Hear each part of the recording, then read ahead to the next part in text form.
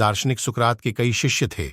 उनमें से एक शिष्य इस पसोपेश में था कि उसको शादी करनी चाहिए या नहीं। उसने अपने मित्रों, रिश्तेदारों, सगे संबंधियों, परिचितों और बुजुर्गों सभी से अपने अपने ढंग से सलाह ली।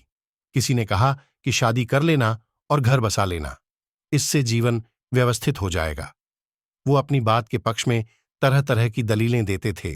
दूसरी तरफ कुछ लोग ऐसे भी थे जो उसको शादी न करने की सलाह देते थे और कहते थे कि शादी में झंझट ही झंझट है, इसको करने से ज्यादा इसको निभाने में है।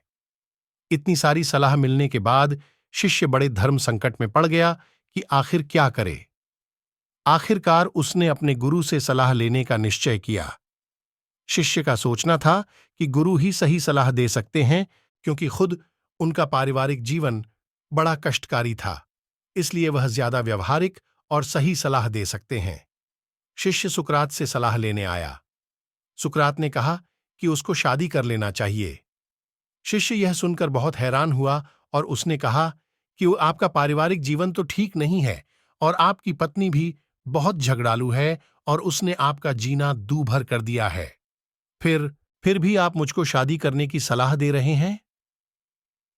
सुकरात यह सुनकर मुस्कुराए और कहा कि यदि तुम्हें शादी के बाद अच्छी पत्नी मिल गई तो तुम्हारा जीवन संवर जाएगा, क्योंकि वह तुम्हारे जीवन में खुशियां लाएगी और उन खुशियों की बदौलत तुम सफलता के नित नए सोपानों को छुओगे।